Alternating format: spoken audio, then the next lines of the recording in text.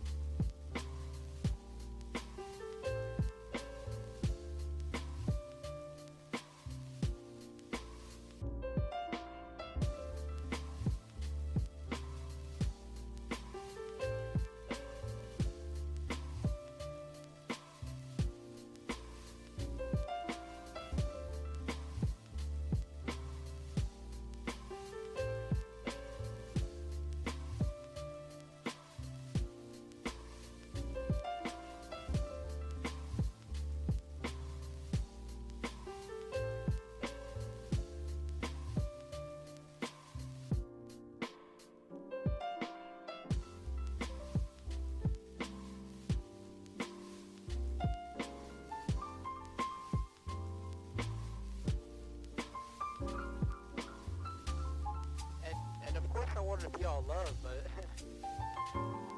it's not.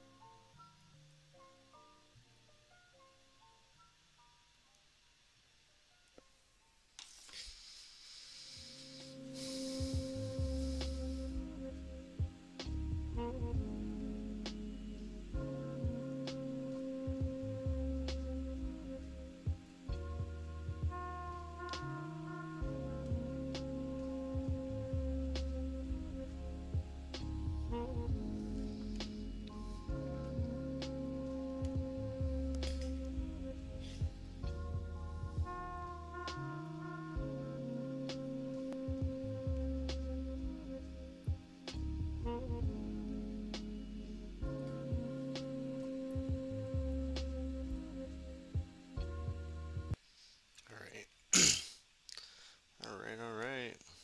Gonna do a short one tonight. Late night work, of course, so I want to catch up on some news. Um, Welcome to Stony Progressive, guys. I'm gonna keep it nice simple today. Gonna do the White House first. I got Tucker up after that. Russell Brand, uh, Jamal Thomas, which Radio Sputnik has not been taken down yet, so that's one good sense of censorship. And then, yeah, and gonna do some comedy bits. Take a little break from news, but first of all, let's get stony. Let's watch a little White House. I don't usually smoke to Jen, but that's a good way to start today. Um, all right, so yeah, happy birthday. Let's do this. Oh yeah, it's my birthday. Today, Russia said that it could cut off fuel through the Nord Stream 1 pipeline, not Nord Stream 2. To what extent are you concerned that European allies who depend so incredibly on these oil and gas imports from Russia could really be stuck?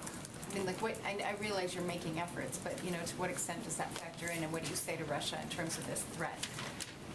Well, I think we have been concerned from the beginning about steps that President Putin could take to impact neighboring countries in Europe, through a range of means. And certainly access to energy and energy security is a part of that. That's obviously one of the reasons we've been working with a range of partners on addressing what could be a natural gas shortage. And you are right, Andrea, as you well know, that the Nord Stream 1-2 threat aside, the reliance on the import of Russian oil is so much more significant in in Europe, that well over the course of time, it's clear they recognize the need to diversify their means of getting oil. This is a bigger challenge and puts them in a more challenging position, and we recognize that from here, even as the president is considering steps that we could take from here. It is one of the reasons why people like Amos Hochstein, Brett McGurk, others from our national security team have been engaging in a range of discussions over the course of the last several months. So I guess a couple of follow-ups just on that, and then I've got another question. So these conversations that are taking place, both in terms of securing additional sources or supplies of energy, but also in terms of closing sanctions loopholes and it doesn't seem like you're getting a huge amount of traction. I mean, in terms of India, Pakistan, and China has still not been, helpful in this regard. How would you assess the success of that? And then just quickly on the what you were saying about the European supplies. So are you saying that the coordinated action one shouldn't view the differentiation on energy as a failure of the coordination? Piece, yes, that's what I was saying, and that we recognize, and the president and other national security officials have been very clear in our conversations that we have a different circumstance as it relates to Russian oil, because we import such a smaller amount, and because we have our own production capabilities and capacities, and that is different. We recognize that. On the first piece, tell me, sorry, what was the first part of your question? Success of this outreach. Yeah. I mean, you're sending people all over the globe, basically, to either virtually or in person, to continue to try to isolate Russia, and it doesn't seem like you're getting as much traction with some of these countries as you might have hoped. I wouldn't look at it through the isolating. That's part of our overarching effort here, right? But as it relates to oil supply, what we're trying to do is engage with energy producers and those with reserves of oil supply to make sure that we are addressing the supply in the marketplace. Obviously, the coordinated release from the Strategic Petroleum Reserve just a few days ago is an example of that. And I certainly understand you're asking which country is here and where are we having those conversations. I understand those questions. I just can't get into more specific details from here because it wouldn't be constructive to our efforts to make progress. Go ahead. Okay. About Iran, I'm sorry. Sure. Yesterday, Blinken said that sanctions on Russia over Ukraine have nothing to do with cooperation with Moscow on the Iran nuclear deal. But today, Russian Foreign Minister Lavrov doubled down in saying that all participants must have unhindered cooperation. Are you doing anything to provide Russia any kind of written guarantees in order to bring this, Iran nuclear deal over the finish line? Well, again, Again, oh my God, just why do I have to keep telling you people? A lot of this is just, I mean, again, since the first one I did, it was the only one that I mean, there's only like one question per month that anything actually happens. Besides that, they just keep trying to keep her slipping, trying to catch her slipping. So, so repetitive. I think on this, we're making progress together. Russia is a member of the P5+1. I don't think anyone believes it's in their interest for Iran to acquire a nuclear weapon, and that is how we're approaching these negotiations and discussions. And certainly, as the Secretary of State said just yesterday, we don't believe that the sanctions on them have anything to do with that shared goal. Go ahead. For those talks? We're continuing to make a great deal of progress. Obviously, the harder things always happen at the very end of the process, and that's where we stand at this point in time. Go ahead. So question from the back. So two quick ones on oil and then Yeah. just one other one. You mentioned the meeting this morning with Britain, France, and Germany that the president had with the leaders. Did they, in that conversation this morning, express either a willingness or a hesitance to ban oil or limit oil imports to their countries from Russia? Their countries all have wonderful spokespeople who can speak for those countries. We did do a readout.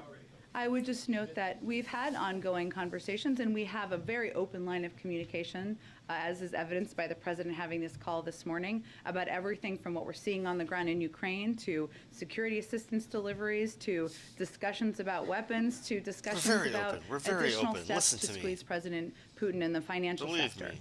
Believe me. There's conversations up on Capitol Hill about bipartisan conversations about legislation that could ban the import of Russian oil into the United States. If a bill like that came to the president's desk, would he sign it? Well, no, the president has not made a decision at this point in time. So that's where we stand. That's taking unilateral action as Is a bill on its way over here that's passed Congress? I don't think so. But the president Damn. has not yet made a decision. I just gave for you, or tried. Jesus Christ, I just gotta see that again. That was so harsh. Did I just lose track of time? Oh my goodness. What just happened? legislation that could ban the import of Russian oil into the United States. If a bill like that came to the president's desk, would he sign it? Well, no, the president has not made a decision at this point in time. So that's where we stand. That's taking unilateral action as Is a bill on its way over here that's passed Congress? I don't think so.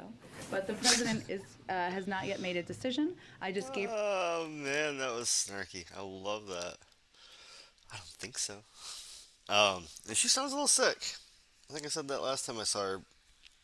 She sounds a touch sick, guys. Like she's getting over something.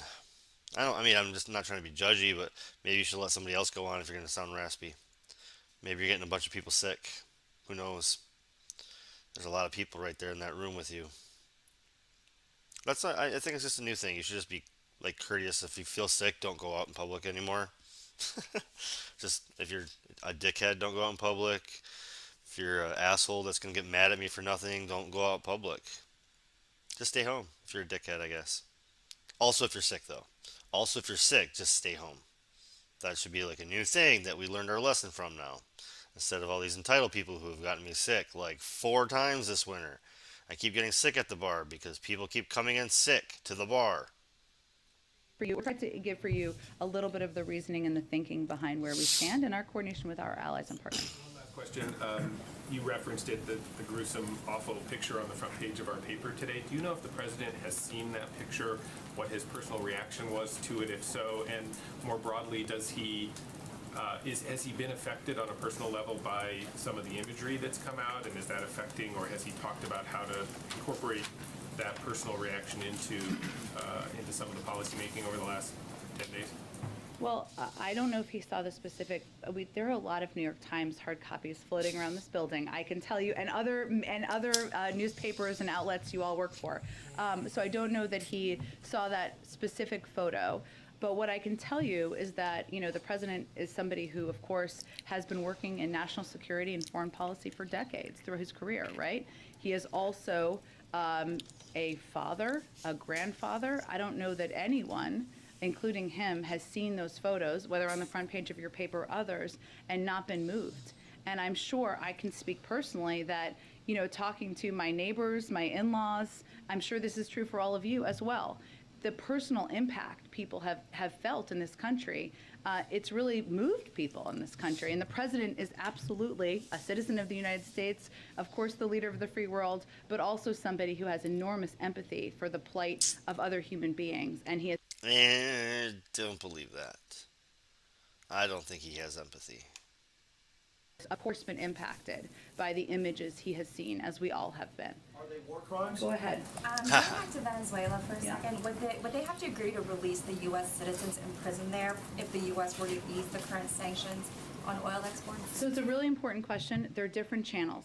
Obviously, we're going to continue to do everything we can to Fox, bring anyone MSNBC. who is detained in Depends what you Venezuela or think. any other part of the world home, but they happen through different tracks. They're all a part of the conversation with Venezuela writ large, but not at the same time. And obviously, Vice President Harris is going to Poland and Romania this week. Can you talk a little bit more about the White House's objectives with her going over there, and particularly what message you want to send to Russia with the Vice President being in that area? Absolutely. So as you noted, the Vice President is leaving on her trip just in a couple of days, and she'll be over there really showing the support of the United States for the work of our allies and partners, whether that is on refugees, and a number of these countries, including the one she'll be visiting, have welcomed hundreds of thousands of refugees from Ukraine. And she'll also be talking about our ongoing range of options and assistance that we have been providing to the Ukrainian people. So she is going to be there. I think it sends a strong message that the Vice President is going to be in meeting with many of our Eastern Flank partners, NATO allies, to convey our commitment to working in NATO allies, that's a funny one. I think that's a funny term because they're more like our NATO bitches. Us in the UK pull the strings and everybody else follows suit. NATO bitches. NATO allies. It's good stuff, guys. Good stuff. I love her snarky, though. That snark was freaking... That was why I picked that segment. I sometimes forget why by the time I get home from work. My head's spun. I literally feel like I get spun. Just so many people asking you, like, I want this, I want this, I want this. So you get spun. You just keep everywhere around you. Somebody wants something, some little thing. And I forget what I pick. And then I come home and I see it. I'm like, oh, the snark. I love it. Do you see a bill here? No. Then whatever. All right. Let's check out Tucker. I've done Tucker once where I showed a interview that he did with Jimmy Dore, so kind of playing into my own field. But yeah, sometimes he has some good takes on anti-war. He's the only person on TV that seems to be allowed to say anything about anti-war. So let's see how long I can stand him for, eh? It's 10 minutes and 48 seconds. I'm gonna bet 5 minutes. On what we just showed you, the pictures. Well, pictures that we just put up, we don't know how this happened. We, of course, don't know where it's going. Nobody does. But Ben Hall is clearly right when he says this could be a legitimate disaster for Europe. But, of course, the invasion of Ukraine already is a legitimate disaster for Europe and the rest of the world. Europe just lost a huge percentage of its energy supply, which is not a small thing. We're all being reminded of that. So this situation appears to become more chaotic by the day, possibly even spinning out of control. And that, we must be honest, is shocking to us. We've been taken by surprise by the whole thing. We're not the only ones who were, but we're willing to admit it. The only thing more embarrassing than being wrong in your estimates is pretending that you weren't.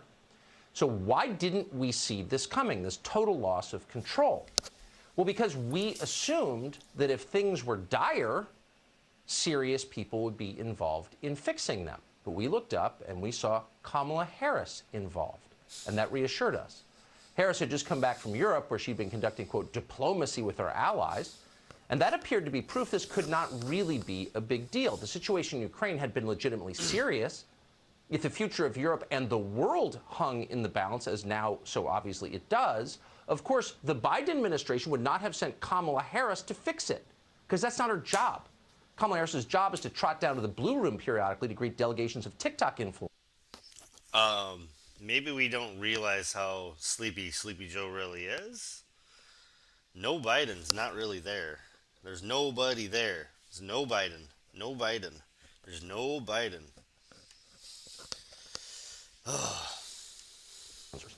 Or to cut occasional PSAs for the Children's Dental Health Awareness Month, which is in February, so we assumed she'd be working on that right now. But averting war with Russia, saving the civilized world, come on. That is absolutely not Kamala Harris's job. That was our assumption. But as noted, we were wrong.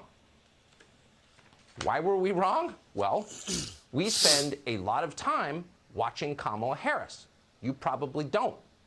Unless you are a junior producer at MSNBC, you're probably not that familiar with Kamala Harris. We should say, by the way, she's a cop. She's a cop. We she's didn't a cop. underestimate Vladimir Putin. We overestimated Joe Biden.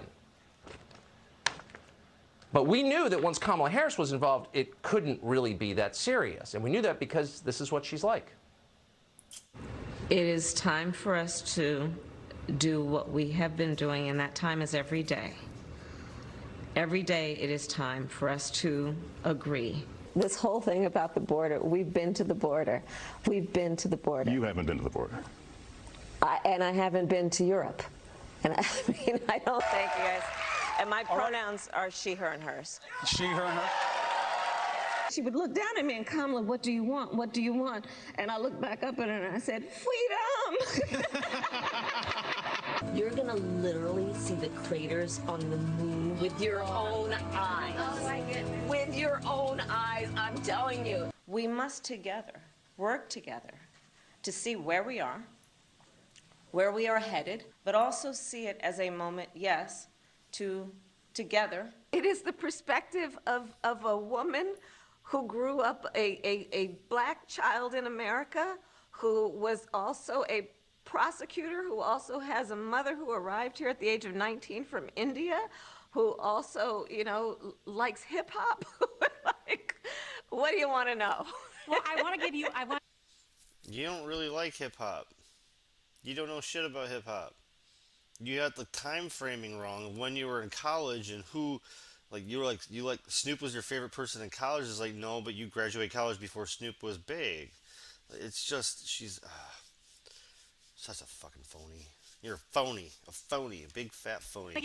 This is just not a serious person, not surrounded by serious people, and yet we're in an extremely serious moment that demands seriousness. Of course, we must together work together to see where we are going together, but also see it as a moment together. If you've taken peyote, you know what she means. Otherwise, you're probably baffled. Once again, it's time for us to do what we've been doing, and that time is every day. It's like a Khalil Gibran poem, but the illiterate version, impossible to parse. When Kamala Harris speaks, you get the feeling you're either too dumb or too smart to understand what she's saying, but then within a few sentences, you settle firmly on the latter. What are your opinions? Okay. So, are we going to get to anything else about the why we didn't see this? Because why we didn't see this seems like, I mean, there's millions of views on this thing. It was a few days ago. I thought this was going to be big, like... Can allies think of this? Well, of course, they've come to the same conclusion. Stupid. Less than 2 weeks ago, as all of this was brewing on the brink, the Biden administration sent that person, Kamala Harris, to represent the United States at the Munich Security Conference in Germany. And while she was there, she assured the world that she and Joe Biden had this situation completely under control. Yes, Putin would like to invade Ukraine. Of course he would. But not on her watch. Not while Kamala D. Harris was on the same continent. This continent known as Europe. No way! Incontinent. Harris exuded what novelists call a steely resolve. Imagine being first in line for a shoe sale on Black Friday. Kamala Harris had that look. She knew what she wanted and she knew where to find it. And here's how she expressed that resolve. And yes, this is a verbatim quote from the Munich Security Conference. Quote, perhaps this is a moment, as life does present us with those moments, that challenge us to ask what is our reason for being. And I think we all know the history of NATO and its reason for being. The spirit behind this term we use, the transatlantic community, the word community meaning a collection, not a collection of individuals who see themselves as a collection, then as one. And that's where we are now. So if the Vice President of the United States interrupts an adult security conference to talk like that, you conclude that whatever crisis they're talking about at the conference couldn't be imminent. They must have plenty of time to fix it, and that's why they could afford to send Kamala Harris in the first place, because actually it's not as big a deal as it seems. Clearly, the White House must see the European heads of state as equivalent to TikTok influencers. And this is some kind of photo op. That's what we concluded. How could we not conclude that? And then there was this clue. The day after Kamala Harris said the words we just read, talked about her reason for being, the day after she said that, she explicitly encouraged Ukraine to join NATO. Quote, I appreciate and admire President Zelensky's desire to join NATO. She said that at a press event. Now, we saw that and we thought, obviously, the Biden people must have this under control in some way we don't know about. They must have some secret. Jesus Christ, you're just going to put mainstream media's blindness to what's happening right now, what's being on Kamala? He's going to put all that on Kamala? This, like, because the Biden administration sent Kamala because she's, you think she's a ditz, but at the same time, she does have some law degree going on, and she is more coherent than Biden, who's fucking barely there. Probably can't fly because he's like, he might lose. He's freaking barely there. Come on, man, you're attacking people with the wrong thing. Tucker, you're missing it again. All right, let's go to somebody I can stand way more. It's gonna be a short show tonight, so yeah, let's keep it moving. Let's keep it moving along. Gonna go to somebody much more uplifting. Is a way that people can trade outside of a scrutinized, centralized, corrupt financial system, which is why the world's governments are shutting it down. Hello there, you 5.1 million awakening wonders. I know there's threats everywhere and doubt inside you sometimes is natural, but we can continue to awaken together. The conversation that we have is part of the power that we have. Don't let them shut you down. Don't let them call you crazy. Don't let them call you a conspiracy theorist, because new information is coming into the mainframe and we're going to riff with it together and build a new discourse, and you are part of it. You know that. I know that. Hope is abound. And if you're in the UK, you can come see me live. I'm appearing in Scarborough, Newcastle, Glasgow, Bristol. There's a link in the description. Blackpool. I'm doing these shows. They're fantastic live experiences. We can get close to each other. We can feel one another in the room. We can start to change this meaningfully together before yet more avenues of possibility are shut down, as is happening in the USA and obviously Canada. We're talking about cryptocurrencies and new measures both in the United States and Canada to monitor and control the exchange and transfer of cryptocurrencies. This can be a complex issue. God knows I can barely understand it, but together we're going to get to the bottom of it, because when you look at alternative means of trading, alternative and parallel adjacent systems, you know that the government's got to get their claws and paws all over that stuff, right? And that is indeed what's happening. Let's look at this story now. Ever since decentralized cryptocurrencies started emerging as less of a passing novelty and more of a serious alternative to paper money, thus threatening to trigger a domino effect that might one day put the current world order relying on paper money in serious jeopardy, governments have been fidgeting, trying to come up with some type of regulation that would give them control over the developments. In February, the head of the Commodity Futures Trading Commission called on lawmakers to grant his agency authority to regulate cryptocurrencies such as Bitcoin, saying the speculative fervour around such assets has left investors in need of protection.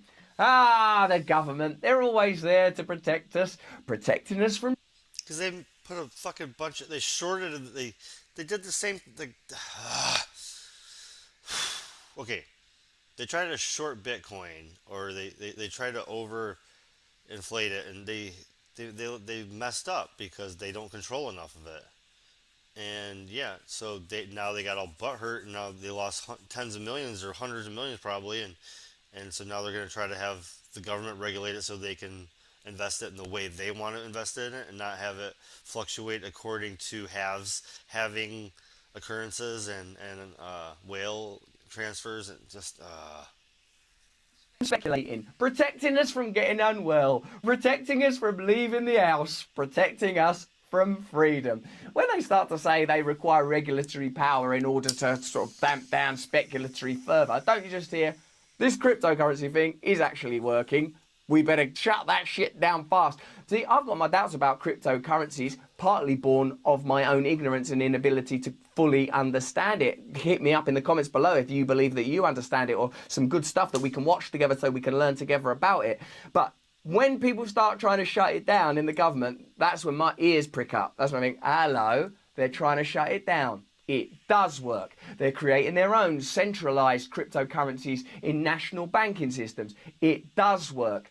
And when I talk to you about global governmental change, I don't mean we should ever create one centralized government. I oppose centralization above all else. But we do need something that's as powerful enough to confront our current hegemony. And maybe our own systems of trade, our own systems of currency would present us with the opportunity to create in real time alternative systems where we could just let the old money, the old paper, silly old establishment world atrophy around us. Now, this is more covert what's going on in America, protecting us from speculating. In Canada, it was a bit more obvious and explicit because the measures they took under the Emergency Act but are not rescinding was provoked by mass action. So there was a bit more hysteria and panic about it. Oh no, people are getting together and protesting. Shit! Emergency measures, emergency measures. Let me remind you. The Canadian government introduced new rules under the Emergencies Act that will require payment service providers and crowdfunding platforms to report large and suspicious transactions. In a news conference on Monday, Minister for Finance, Chrystia Freeland, Klaus Schwab's project, oh, there she is. You're doing very well in Canada. How's things going? Are you able to freeze bank accounts yet? I don't like to pry. Chrystia Freeland, whose name sounds sarcastic, said that the new rules will cover all forms of transactions, including digital assets, such as cryptocurrencies. Just slipping that in there. Just quietly closing down another little avenue of freedom. What's it going to be next? Oh, well, everything's been shut down. I can't spend any money. Bank account's been frozen.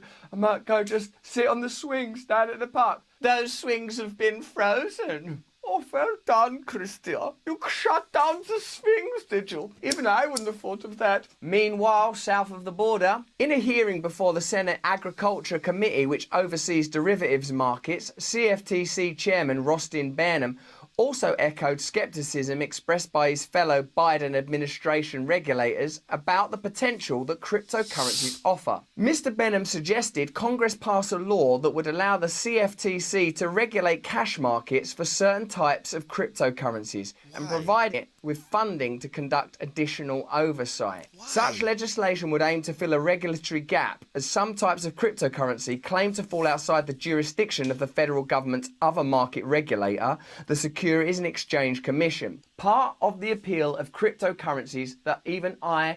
So there's two cryptos that completely fall off, Dash and Monero. And so you're going to completely shut down a market because there's a couple that you can't track properly? Mostly Monero. I think Dash is still on a ledger, so you're gonna freak out over Monero, which is not as easily tradable as other things. That I can appreciate is that they are able to operate outside the auspices of technocratic global autonomy. There is an ability to transact without the slippery fingers of the New World Order government system taking a few pennies here or there, or preventing you from acting with financial freedom and impunity, which is sort of what free market capitalism, even, which as you know, I've got my doubts about, is supposed to offer us. Well, here they go again, looking for a way of shutting that down. You can almost imagine the meetings. There is a new means of financial transaction emerging. Oh, dismiss it, discredit it, badmouth it, criticize it. It's still working, they're not buying it. Shut that shit down. Both the CFTC and SEC... Yeah, they have, I mean, every single time that Bitcoin has taken any sort of dip, they get tons of blue checkers and start saying, it's done, it's over, it's done, it's over, it's crashed, it's over, it's going to go to zero, it's going to go to zero. And they always try to get these, big blue check investors to say that right every time it dips. It's interesting how hard they try to cancel it. Crack down on cryptocurrency projects and trading platforms they have considered to be breaking the law or defrauding investors. But as we've just seen, the law changes. The law is plastic. The law is the tool of the government. If there isn't a law to shut you down, they'll create one. But neither agency has won undisputed oversight over the two largest cryptocurrencies, Bitcoin and Ether, which together represent about 60% of the entire market. Congress must work with regulators and the Biden administration to design a framework that protects consumers and our environment and keeps our markets fair, transparent and competitive. That's what they always offer up, isn't it? We're coming to protect you. All right, we're here to protect you. Fucking just leave us alone, all right? We'll protect ourselves. No, you need a bit of protecting. Sit still, sit down. And what about this bit? Fair and... That was Debbie Stabenow that fucking said that. So, yeah, as a Michigander, partly in Florida now, but as a Michigander, like, it's fucking Debbie Stabenow to represent me and say that she's a Debbie Stabenow. All I can keep saying about her is that she, on paper, is only worth $30,000. She's been in there for a decade plus. She makes $174,000 a year, but somehow she's only worth $30,000. Like, she's lying. She's a fucking bullshitter. She's definitely rich, and she's a faux progressive. She's a faux liberal. She's a faux Democrat. She's a faux anything. She's a bullshit con artist. Transparent. Where's the fairness and transparency in Congress people like Pelosi and cross-party politicians using what appears to be insider trading knowledge to make money from stocks that they are supposed to regulate? We've done stories on this. If it's fairness and transparency, stop lobbying. Get the money out of Washington, stop people in Congress from financially benefiting from stocks that they are supposed to be regulating, most notably Pelosi and her husband and all of their big tech stock. These are measures you would make if that was true. Right. What it seems like you're trying to do is prevent other people from profiting. Ordinary people, potentially. Now, I'm sure cryptocurrencies, being a financial market, is already dominated by the kind of powerful forces that other financial interests are dominated by. But the fact that it's being regulated leads me to believe that it's a potential outlet for ordinary people, that it represents a degree of freedom precisely because of the regulation. That's where my own personal trust when it comes to government regulation sits. And I'll tell you why, because I've just seen what's happened in Canada. I've just seen a protest maligned as racist. I've just seen bank accounts frozen, emergency acts introduced in the name of what?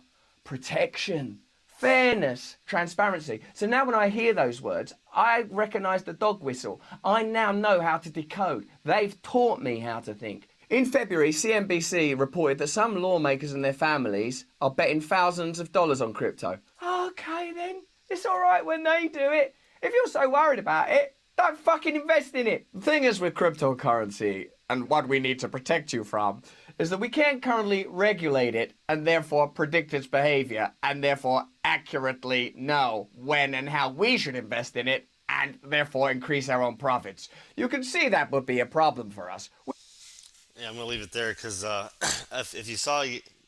Oh, Jesus Christ. Shows are running together, guys. I believe that was my Ron Pacone interview yesterday. He was talking about how, like... No, it was... RT, I can't remember. But they were talking about how Wall Street knows what's going to happen in the market. Like, they already know what's going to happen in the market. That's how they can properly invest. And they hate crypto because they don't know what's going to happen next. And these dips in, like, they don't invest little bits. And if they lose little bits, they go nuts. And they don't like not controlling it. They want to control when it's going to go up and down so they can properly invest. And they try to push it sometimes. They try to push it. They try to break it. There's all sorts of things that I don't quite understand either, but it's interesting. And I don't know. I'm a holder. I'm just going to hold until it gets to the number that I thought it was supposed to get to, and then I'll go on vacation because I didn't invest much. Actually, I haven't invested anything. Just earned it through Steemit and DTube and Hive and Mines and blockchain sites. Honestly, that's all I ever did. Yeah, so the world is crazy, and I wanted to go over this with Lee Camp because I'm going to pound this home, guys. Lee Camp got deleted. He is an American comedian who does news, and he's been deleted. He's been deleted on so many ways, so... Welcome to the most censored comedian journalist in the nation.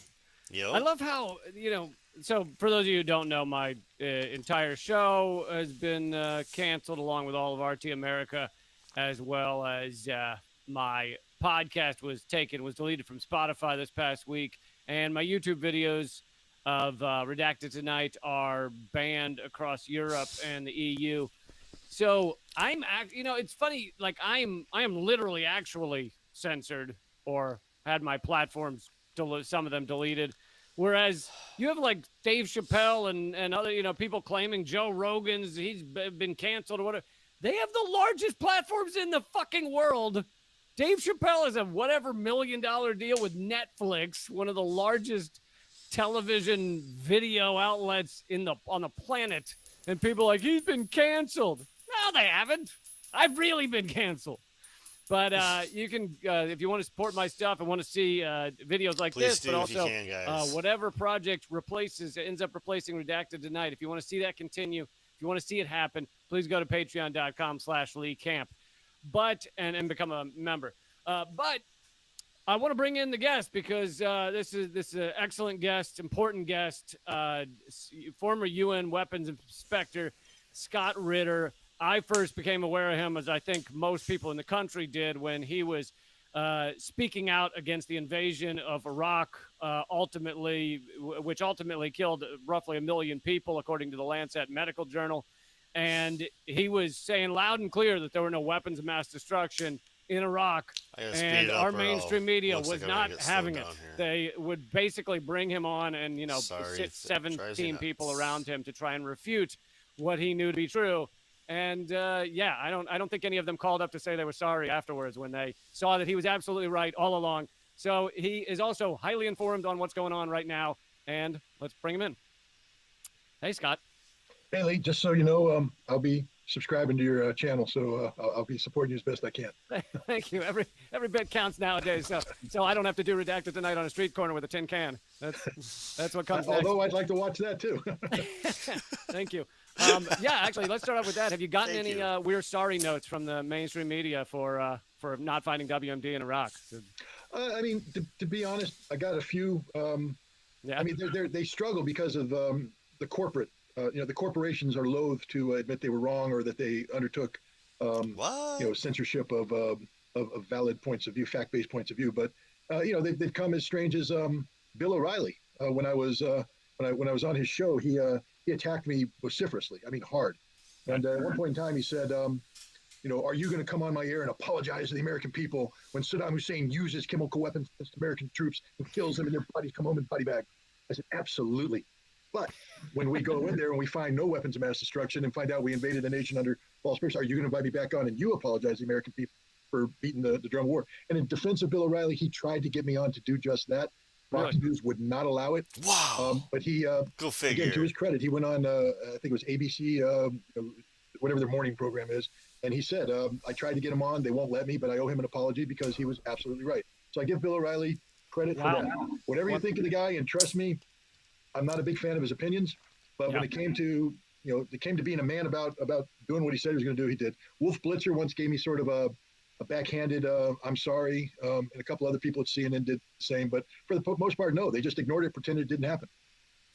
So let's get into the current conflict. Mainstream media, again, getting plenty of it wrong, whether intentionally or unintentionally. We'll get into kind of what led up to this. I have covered some of that before the last week. But let's not bury the lead. Where do things stand now, in your opinion? Well, I mean, we're 10 days into the invasion of Ukraine by Russia.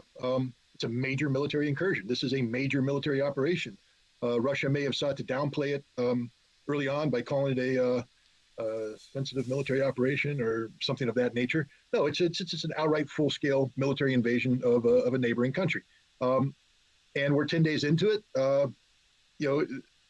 Somehow the mainstream media claims to have the Russian playbook because I keep hearing that the plan isn't going according to that the invasion isn't going according to plan, that the Russian playbook is flawed and all. When I look at it from a military perspective, and I spent a number of years early on in my career training to close with and destroy the Soviet army through firepower maneuver. I mean, I know these guys. I've studied them for 35 years. Their doctrine, their equipment, their tactics, their operations. What we're seeing here is a classic multi-axis invasion that seeks to fix enemy forces in place, destroy enemy command and control, surround enemy forces, and seize strategic points of interest, bypassing built-up areas where the fighting would be too heavy, and in just not getting ahead of the game. The rate of advance of this invasion is faster than the rate of advance of the German Blitzkrieg in World War II. So anybody's going, well, this is slow. No, it's the fastest advance in history. Especially really? Consider that the Ukrainian army consists of 260,000 regular forces trained and equipped to NATO standards, with cohesive command and control, well-led officers, things of that nature, supported by another 300,000 reservists and auxiliaries. So the Russians came in with 200,000 troops, facing off against 600,000 troops. Normally in a military campaign, you want a 3-to-1 advantage of troops on the offensive side. The Russians are coming in literally with a 1-to-3, 1-to-4 disadvantage. But being as it may, as of last week, casualties basically gave the Russians a 1-to-6 advantage. Normally in modern combat during World War II, the big battles of annihilation, the ratio was for one. Let's say the Germans were fighting the Americans and the Americans won. For every American killed, there'd be 1.2 to 1.4 Germans killed, and that ratio allowed the Americans to win the battle and push through. The Russians are killing Ukrainians at a rate of 1-to-6. For every Russian killed, 6 Ukrainians are dead. This is an absolute rout. An absolute rout. One of the things that appears to be slowing it down is the Russian stated intent of not killing Ukrainian soldiers. I was as surprised as anyone when they started this offensive with literally one hand tied behind their back, coming in very light, coming in very soft, trying to negotiate their way through built-up areas so as to reduce civilian casualties and reduce damage to civilian infrastructure. They also sought to not decapitate, meaning annihilate, Ukrainian soldiers in their barracks, as they could have. Instead, they let them sleep, and they said, we just prefer that you stay in your barracks and don't fight us because our qualm isn't with you. Our qualm is with the bigger fish. Unfortunately for the Russians, the Ukrainians decided to fight, and they're fighting very effectively. I'm never going to denigrate the courage and the determination of the Ukrainian army. They're going up against a very well-trained Russian military, very well-equipped Russian military, who has superior tactics and operations, and they're doing it. The Ukrainians are putting up a very solid fight, but they're losing. They're losing decisively, and I think sooner rather than later, you're going to see large-scale surrenders as they run out of ammunition, they run out of food, they run out of water, they run out of fuel, and they're given the choice of either a futile resistance or death. So something that has been said a lot by the mainstream media, which I just highlighted your tweet that nearly everything the mainstream media said about Russia's involvement in Syria has been wrong. So remember that as you're paying attention to what they're saying about Russia right now. One of the things they keep harping on is they keep saying in one instance after another that Russia or the Russian military is trying to kill civilians, is aiming at civilian targets, is claiming that there's a ceasefire and then shooting civilians. In your understanding, how much is the Russian military actually going after civilians? The Russian military has foregone its greatest advantage in modern warfare, which is overwhelming fire superiority, or supremacy in this case. The normal Russian tactic is to fix your location and then obliterate your location with massed fires, artillery, multiple rocket launchers, mortars, and then steamroll through your location until they find the next location. Then you repeat as necessary. It's a very effective tactic. It's a very brutal tactic. It's one that, if applied to an enemy formation operating in a built-up area or a heavily populated suburban area, would result in tens of thousands of civilians dying.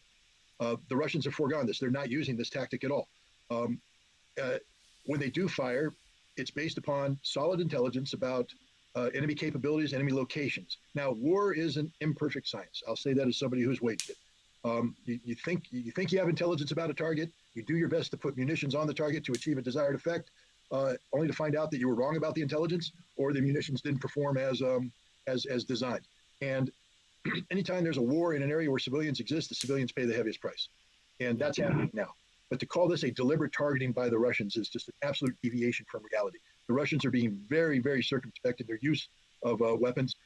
When they use weapons, for instance, in Kharkov, they show multiple rocket launchers impacting in a residential neighborhood.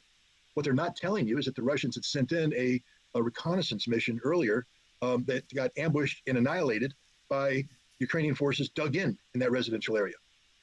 This makes it a legitimate military target. I'm sorry, that's what war is. If you choose to fight in a residential area, then you can't. It's not a war crime to take that out. The Russians. I think the one place that the Russians are failing right now is the propaganda aspect. I'm not saying that I want the Russians to lie, but it would be nice if the Russians put some perspective to what they're facing. What they're facing isn't just propaganda from the Ukrainian government. understand that the CIA is deeply embedded with the Ukrainian Ministry of Information and is responsible for running what's called a information operation. This is a covert direct action, not direct, a covert political action operation that's been sanctioned by the President of the United States. And the reason why it has to be sanctioned is the CIA normally isn't allowed to manipulate information in a manner that affects the American public. Meaning they can tell lies, and they do this very effectively, but they can't tell lies in a way that affects how the Americans view a subject. They're doing that right now. They're running a disinformation, or I call it disinformation, but it's an information operation, very sophisticated, that's designed to achieve a political result in Russia, meaning the goal is actually regime change. They want to overthrow Vladimir Putin by creating civil dissent that leads to, and they match that civil dissent with an economic sanctions policy and implementation, which is designed to marry up. The sanctions aren't happening in a vacuum. The sanctions. That's always what I've been saying. I say always these fucking sanctions are meant to hurt people because they want the people to hate the leader and somehow revolt, somehow allow them to throw a coup. Sanctions are always a military ply to try to push that leader out by getting the civilians to hate the government and therefore giving us the opportunity to, like I said, put many avenues in there. Specifically target against a certain class of person in Moscow whom they want to, who the United States feels is oriented towards the West, and by depriving them of the benefits of being affiliated with the West, you redefine their life, and now they want them to rise up and remove Saddam. This is a regime change operation. So Ukraine isn't just about exaggerating Ukrainian victories, as all militaries do, or diminishing Russian victories. It's about manipulating information in Russia and in Europe to get NATO. Remember, NATO was this dysfunctional organization reeling from the catastrophe of Afghanistan. How do you get them aligned with what's going on? How do you get them to oppose what the Russians are doing? You have to run an information operation designed to manipulate public opinion in Europe. And the indirect effect of this is that the American public is likewise impacted by this, because you can't have a situation where the CIA promulgates mistruths over here and then tells CNN, hey, yeah, that's all a lie. That's all a lie. You can't report that. That's a lie. You need to report the truth. No, they're letting the lie live. And this can only be done with executive permission. The President of the United States, therefore, is engaged in an operation to deceive the American public. And that's what people need to know. And I thought one of your other posts is perhaps, speaking of these lies, is perhaps one of the most censored or covered up aspects of all of this right now. You tweeted out, at this stage, any continuation of the Ukraine-Russian conflict will not alter the outcome and will only increase the tragic plight of the Ukrainian people. All those who argue in favor of more weapons and insurgency must admit they care more about NATO than the Ukrainian people. So, ironically, that while our media and our government agencies are manifesting, are creating this care, the concern for the Ukrainian people, its end result is that you're going to have more Ukrainian people getting killed because they're going to drag this thing out as long as possible. Yes, and this comes back to one of the root causes of this conflict, which is NATO's effort to expand further east and incorporate Ukraine into the umbrella of NATO membership, and Ukraine's suicidal insistence that this is what they want, even though they and NATO were confronted over the course of 15 years. This isn't like Vladimir Putin woke up one night and went, "Oh, I got a headache, I'm going to invade Ukraine." This is concerted policy from Russia that has been articulated in great detail since Vladimir Putin addressed the Munich Security Conference in 2007. He laid down the foundation and said further eastward expansion is unacceptable.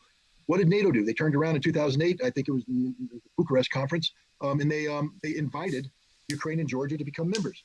This prompted a detailed Russian response, which was effectively captured by the U.S. ambassador to Russia at the time, William Burns. He happens to be the CIA director today, but back then he was the U.S. ambassador to Russia. He wrote a memorandum called "Niet means Niet," published in February 2009.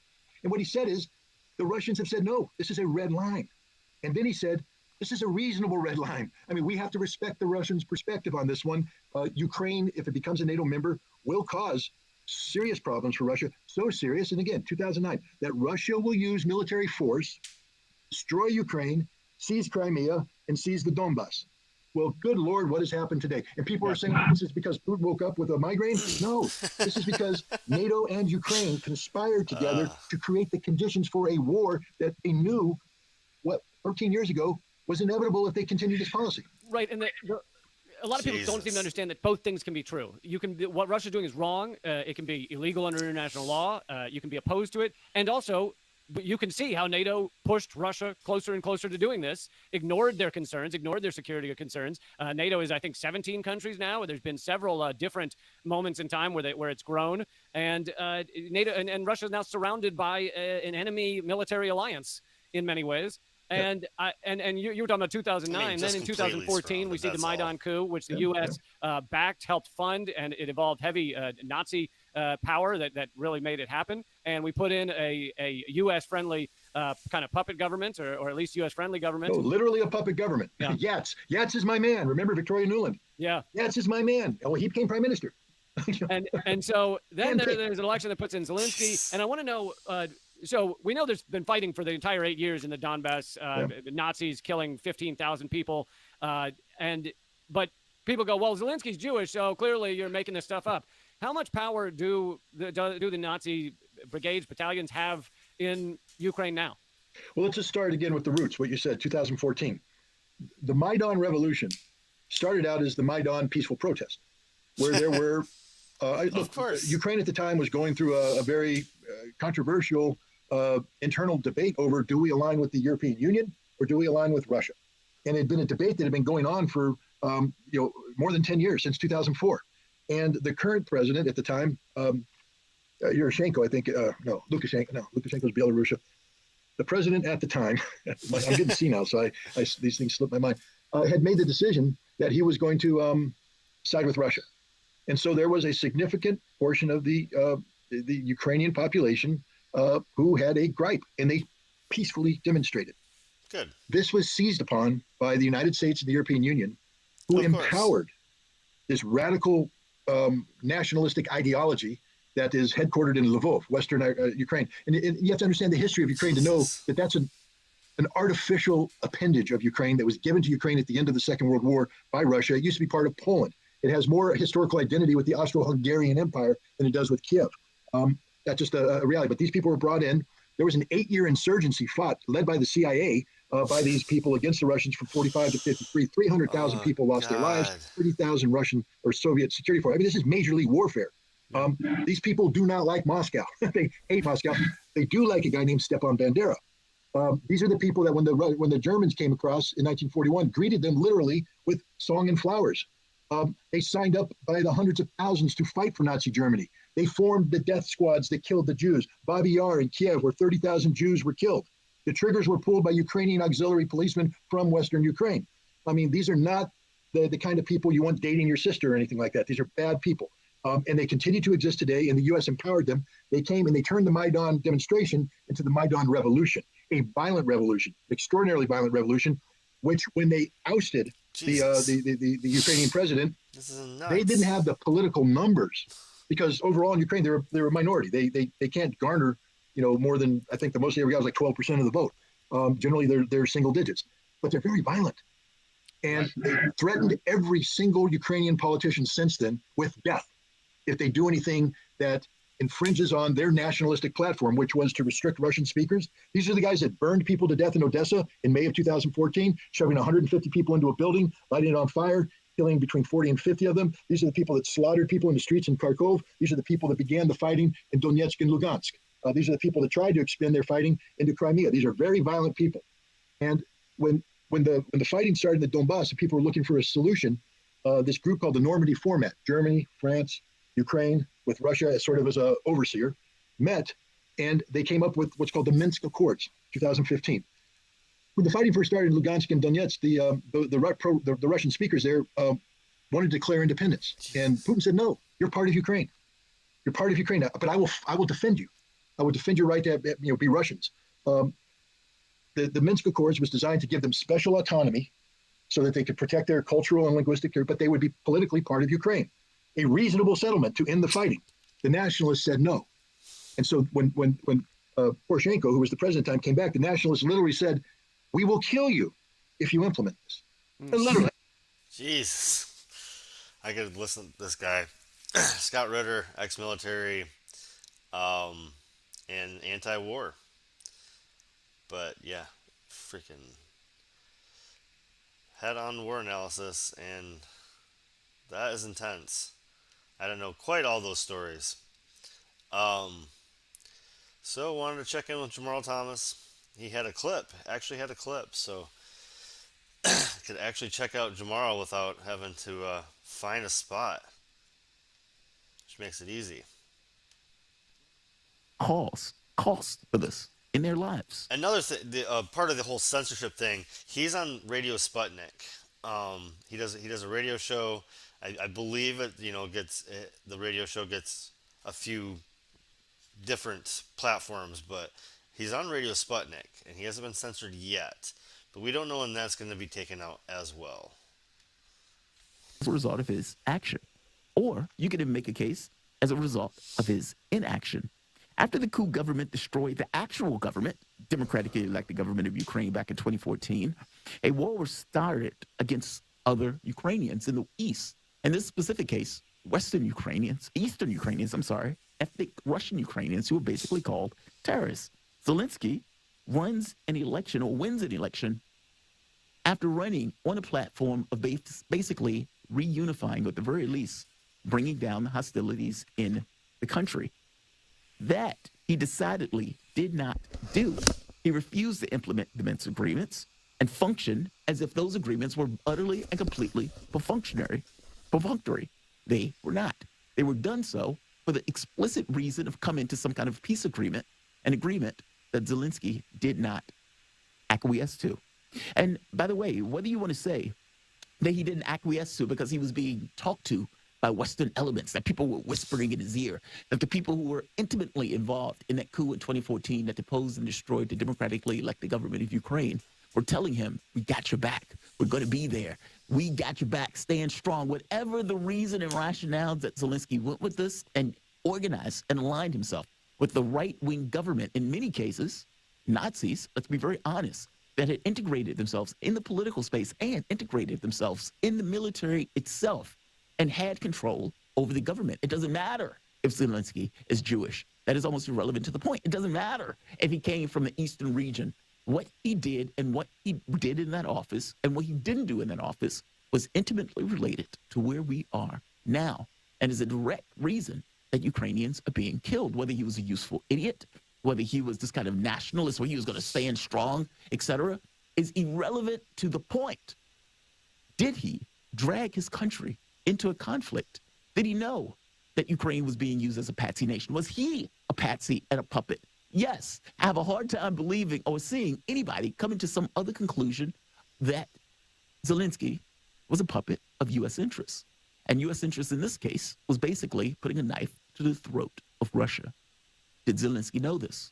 How could he not know this? Right. Did Zelensky know that Russia was serious about their security concerns? Did he know that the Minsk agreements were that important that needed to sign? Seems like it's pretty obvious that they knew. They had to have known, right? That's just so basic. It's like, just...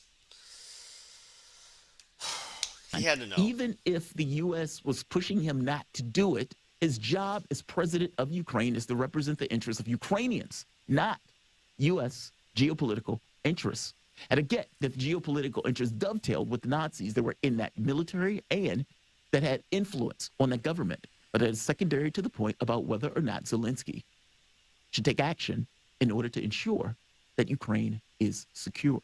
And that is something, however you want to cast them, whatever glitter and whatever light you want to cast them in, that is entirely true. He dragged his country into a war that he couldn't possibly win.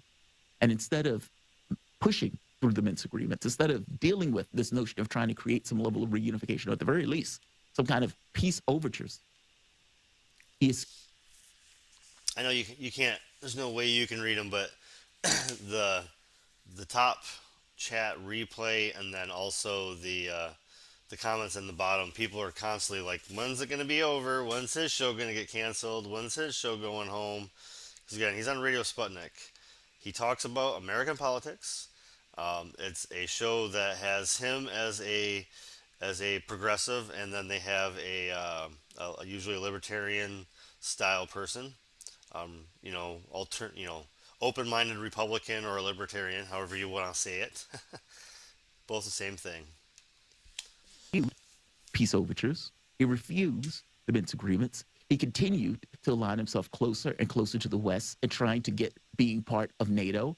Even the statement about nuclear weapons, all of these things were far beyond the pale. And again, in a situation, if this was on the border of the United States, we would not accept. Right. We have a few videos that I want to show that kind of makes this point. This is Lavrov basically explaining the Russian position of the beginning and the origin of this conflict. Let's play the clip. You're not going to hear this on Western media. You will hear it here. Let's play the clip. I'm probably getting ahead of myself, but NATO is even dragging neutral nations into its schemes like EU member states and Switzerland. The mobility program forces Austria, Sweden and Finland to provide their transport capabilities to NATO to move its armed forces. This NATO-centric approach is becoming omnipresent, and the EU meekly agrees to be an obedient appendix of the alliance despite loathing its role and declaring that Europe needs strategic autonomy. Then Ukraine, under President Yanukovych, simply decided to take a short pause before signing the association agreement with the EU, because it contradicted the already existing free trade area agreement in the Commonwealth of Independent States. And when that happened, the maiden protests were orchestrated from Brussels. They did it because Yanukovych realized that it was necessary to harmonize trade with Russia, the Commonwealth of Independent States in Europe. That was the only reason. The protests turned into a violent conflict in February 2014. Yanukovych was willing to stop this, and he signed the agreement on the settlement of the political crisis in Ukraine, promising that he would organize an early election, which he would not have won. Poland, France and Germany were the guarantors of that agreement. After the opposition staged a coup and trampled over these agreements, the guarantors just stayed silent, didn't say anything, or even welcomed these putschists taking power. Not just welcomed them, called it a revolution. He called it a revolution. The democratically elected president of a country that just so happened to be more in line in the orbit of Russia, meaning Yushchenko, was unacceptable from the standpoint of U.S. and European interests. And when he decided not to sign or not to go along with what basically the EU wanted to do in regards to their relationship, as Lavrov said, call it a pause, all of a sudden all hell breaks loose. And yeah, a violent coup deposes the democratically elected president.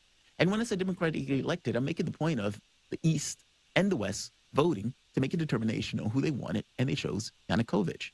When Viktor Shevov takes office, takes office, it's a basket case. And I'm scratch Yushchenko. I'm thinking Yushchenko only because of the Nazi reference, but Yanukovych loses power. And what you end up with is basically a government that is not necessarily a democratically elected government anymore, because again, that government was deposed in the context of a coup. Let's keep going.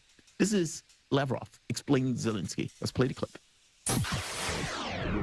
President Zelensky came to power under the banner of peace, promising to save the lives of both Ukrainians and Russians. At the end of the day, however, he succumbed to the same anti-Russian sentiment as the Poroshenko government before him. He referred to the people of the Donbass as animals, just like Prime Minister Yatsenyuk under Poroshenko, who called them non-humans. We saw him stand idly by as a bloody war continued against his own people. He essentially lied to everyone when he promised to bring back order, when he signed countless deals with Donbass representatives and then violated those agreements without batting an eye. For 8 years, we've been appealing to the collective conscience of the West while desperately trying to reason with Zelensky's government, which has developed all the hallmarks of an ultra-radical, neo-Nazi regime. And the West failed to stop it. Honestly, I don't even think the West was trying to stop it, because to the West, Ukraine has always been a tool to contain Russia, even before 2014. Yes, very true. Now, you won't necessarily hear that on mainstream media because they don't necessarily give you the Russian perspective of why and how they think of this particular instance. And regardless, again, of what you think of war, I am not a fan of it. I hate it. And part and parcel to the reason that I actually take the position that I do on this is because I don't like it. And again, I just want to point out, he's on Radio Sputnik. He has a very professional equipment, very professional show. His audio is perfect, and yet somehow they can't. YouTube has blasted his live stream this morning. That's just nuts, guys. Like, he is on a legit show. and YouTube, like, he couldn't get his YouTube stream to work this morning. Oh, If you ever wake up in the morning, he does a early morning show. It's on the radio. It's also on YouTube. But yeah, just he might not be That's around level. for a while. Let's hear the U.S. He's about to be censored too, probably, part of guys. this. And again, this is General Like half the Gregory. chat's about that. Oh, his last name is Gregory, Colonel Gregory. Let's play the clip. No, absolutely not. In fact, he's worked hard to capture most of it intact. Surprisingly little damage, frankly, Stuart. Much less damage than we inflicted on Iraq when we went into it, either in '91 and again in 2003. Now, I think they're just surrounding the Ukrainian forces, and they are annihilating them. And this is inevitable. And Mr. Zelensky, I think, is postponing the inevitable in the hopes that we are going to rescue him, and we are not coming. President Biden has made that very clear. You think the end is in sight? Well, the end, the end of this phase is still a few days away. The first 5 days, Russian forces, I think, frankly, were too gentle. They've now corrected that. So I would say another 10 days, this should be completely over. But the question is, what is it that Zelensky is going to do? The Russians have made it very clear what they want is a neutral Ukraine. This could have ended days ago if he accepted that. And then they can adjust the borders. But the eastern part of Ukraine is firmly in Russian hands. But again, the Russians are not seizing territory. They're destroying Ukrainian forces. That's their focus. Colonel, it sounds like you don't approve of Zelensky's stand. I'm just going to leave it there. Jamarles Thomas, yeah, his show is Fault Lines, Radio Sputnik. And his clip was, Ukraine Zelensky is no hero. There's many choices that have led up to here. Oh shit, I didn't pick one. I did want to kind of end on some lighter notes. Don't always watch these, but Jimmy Dore puts on the phone calls, and sometimes they're pretty funny. I don't enjoy them as many of the people that are around me enjoy them, but I just feel like my heart's gonna break after all that Ukraine and back history and all the people that are just the shit that's happening right now, guys. It breaks my fucking heart, tears me apart. But I also can't just agree to things like what mainstream media has programmed people to believe. It hurts my head to just let things happen and go, okay, yep, you're right. Putin's obviously the devil. He's Satan. Yep, you're right. He's just, I mean, our governments all suck, man. Like, government's the problem, not the people. People are not the problems. Greedy governments and corporations. Wow, Joe Biden's on the line. Hello? Break. Low animal control. Too deep. I think there's a snake in my toilet. No, this is Jimmy Dore. You called me. Hey, man, listen to me. Impersonation, Thanks for looking impersonation, just so you know. Guess who I picked to be ambassador to the great Empire of Japan? His name is Ron Enamel. Nope. Say it again. Nope. What's his name? Guess who I picked to be ambassador to the great Empire of Japan? Ooh. His name is Ron Enamel.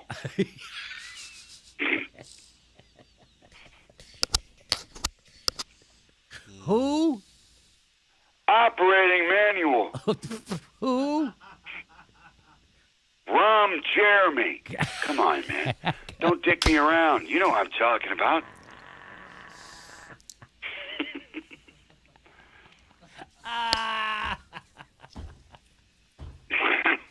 I love that he always gets pissed off with you if he doesn't know something. Who? Come on, man. Who is Yeah. this? Come on, man.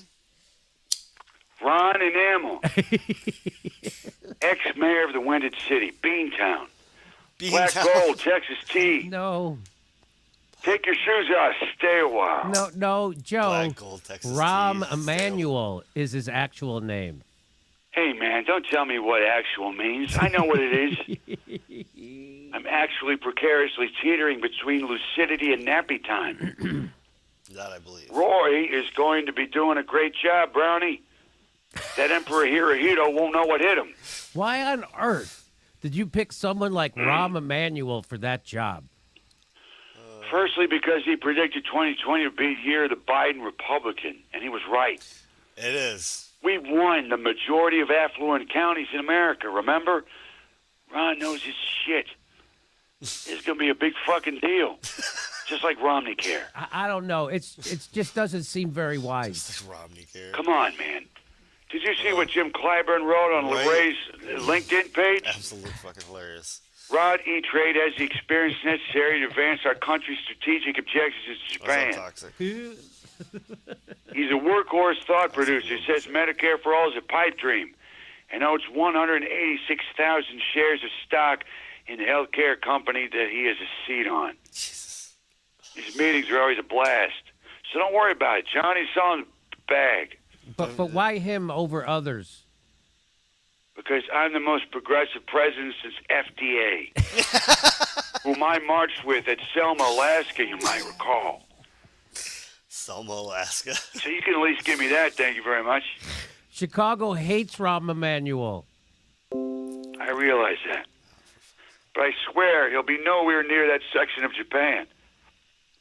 And as you know, my budget includes building a wall on the border with Japan. But what does Rahm Emanuel know about Japan? Come on, man, be realistic. Since when do you have to know anything about a place to really fuck it up? What did you know about your first apartment before you completely trashed it in a drunken rage? Hey, did you know Japan has the world's highest life expectancy? That's why we're going to give them the right to declare war again. Wait. Who took away their right to declare war in the first place? We did. After nuking them into the Stone Age. It was only fair. Period. Full stop. Get out of the car. Your ride is over. End of the line. It's like my dad used to tell me about a man named Jed. He's a poor mountaineer. Barely kept his family fed. And he got shipwrecked on a desert island with a talking horse. Remember that? Hang on. I'm getting a call on my shoe. It's like 5 different shows. Talk to you later. It's like 5 different shows all mixed up. Oh, he does a great. Mike McRae does great impersonations, and it's easy to pick on Sleepy Joe, but it is pretty fucking funny still, man. Like, you know what? I just gotta, like, it's so fucking. He's such an easy target, so you want to feel bad. You're like, oh, let's just lay off him. But at the same time, it's funny. He is quite funny. She takes a picture, Everything. and in Every that time. picture is Can't this do ET. anything. But yeah, I am freaking long day at work. I am gonna call it quits pretty soon, guys. Short show tonight and better show tomorrow. It's gonna be my. But let's end on a high note. A message from the President of the United States. My fellow Jamaicans, our nation is in a crisis. The Decepticon variant Hobo-19 is still killing fat people. Inflation is destroying our farm jars, and now that Ukraine is being sexually raped. That is why I've asked Congress to order a full-scale attack on Joe Rogan. Not Joe Rogan, the Russian guy. The guy with the shirt. Pootie Tang, man. Pootie Tang. That dude. We gotta come together, man. Pootie Tang. It's got cranes. It's got all the cranes. We need for better build back. The build back better.